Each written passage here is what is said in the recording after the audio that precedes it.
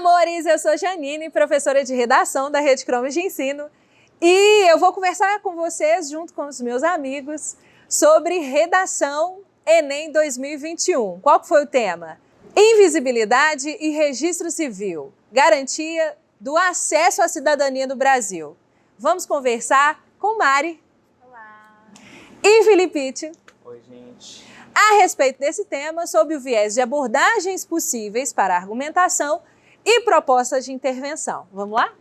Bom, pensando muito nesse tema, né, ao contrário dos últimos anos em que a gente teve alguns delimitadores mais específicos na abordagem, como estigma em 2020, neste ano a gente tem uma abordagem um pouco mais ampla, que confere para a gente uma possibilidade de abordagem dupla. A gente pode falar de um macro tema ou de até um micro, né, uma microargumentação, no sentido de ser mais delimitada. Nesse sentido, a gente pode começar ali o nosso texto responsabilizando a parte que confere ao governo federal, no sentido de que é direito civil, né, direito individual, de que as pessoas sejam registradas. E se isso não acontece, a gente precisa de trazer essa responsabilidade, né? E a partir disso, a gente consegue perceber algumas consequências, algumas implicações. E essas implicações, elas podem ser trabalhadas de uma maneira mais global, falando, por exemplo, da falta de acesso a alguns direitos que são sociais e fundamentais, como a gente sabe que são lá previstos pela Constituição no artigo 5º, por exemplo, acesso à saúde, acesso à educação, ou a gente pode ainda trazer mais delimitado, por exemplo, com as pessoas que estão em situação de rua ou com os refugiados, e a gente trabalhar nessa linha um pouco mais específica, né? E para isso a gente vai, inclusive, depender da criação dessas medidas interventivas. Então, dependendo da forma como a gente aborda, mais específico, menos específico, a gente caminha para uma proposta de intervenção também mais ou menos específica, né, Felipe? Perfeito.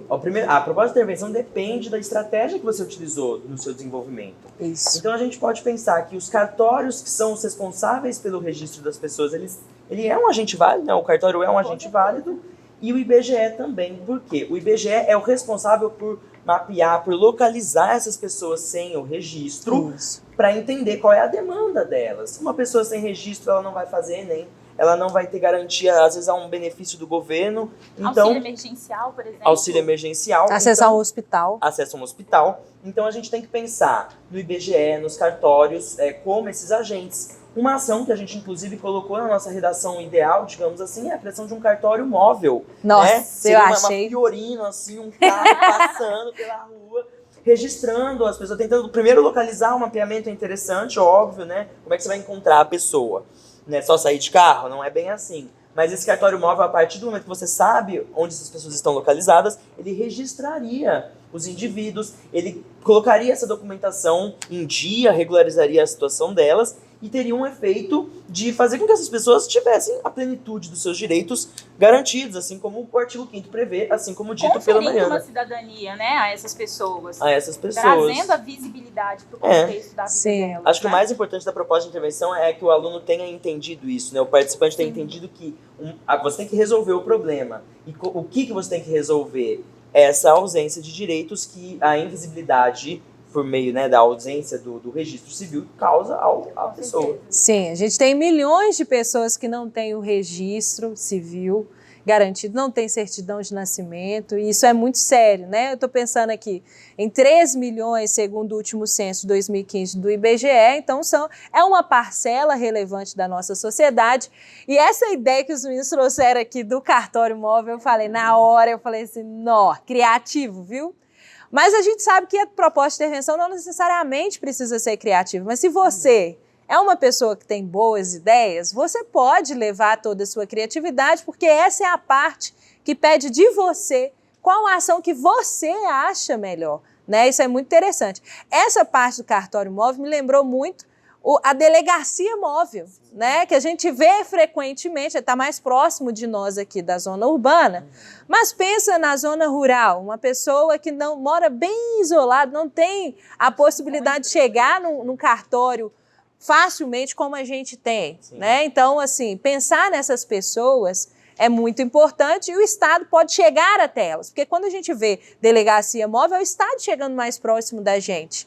Quando a gente vê o cartório móvel, é o Estado chegando. Inclusive, isso é tão realidade que na própria legislação que fala sobre a questão do registro de pessoas, diz que quando a pessoa, né, ela nasce ali, ela tem até 15 dias nas regiões urbanas para serem registradas, mas que quando isso acontece em cidades em que não há um cartório próximo, isso pode levar até 3 meses. Se a gente tivesse a ideia do cartório móvel, olha a possibilidade disso acontecer mais rápido e a gente ter um número menor, talvez, de crianças desaparecidas, facilitando esse processo, uma vez que elas não têm a documentação. A partir disso, o próprio governo reconhece que o registro nas áreas rurais ele é mais difícil, né? Exatamente. Ele até já propõe, olha, em 15 dias, se você for morador da zona urbana, mas se você for da área rural, 3 meses. Então, a proposta de intervenção poderia permear o lugar de democratizar o acesso a registro civil. Exatamente. Esse recorte regional, né? Não só do ponto de vista econômico, como o próprio texto motivador trouxe, né? Sim. Esse não é o único empecilho. Exatamente. E quando isso acontece, o Estado reconhece o valor da pessoa humana.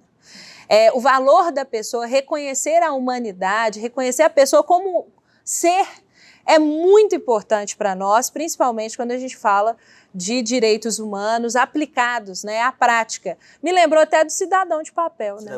Cidadão de papel é aquele que tem direitos garantidos no papel, Constituição, Código Civil, Declaração Universal de Direitos Humanos, mas que na prática isso não acontece. Então, provar essa prática, que foi o ato que a gente fez aqui, em relação à proposta de intervenção também é muito interessante. Legal demais. Muito bom. Muito Então bom, tá. Então é isso. Você que estudou conosco, com certeza teve aula com esses lindos, estava muito bem preparado. Um beijo para vocês e até mais. Beijo, gente. Até mais.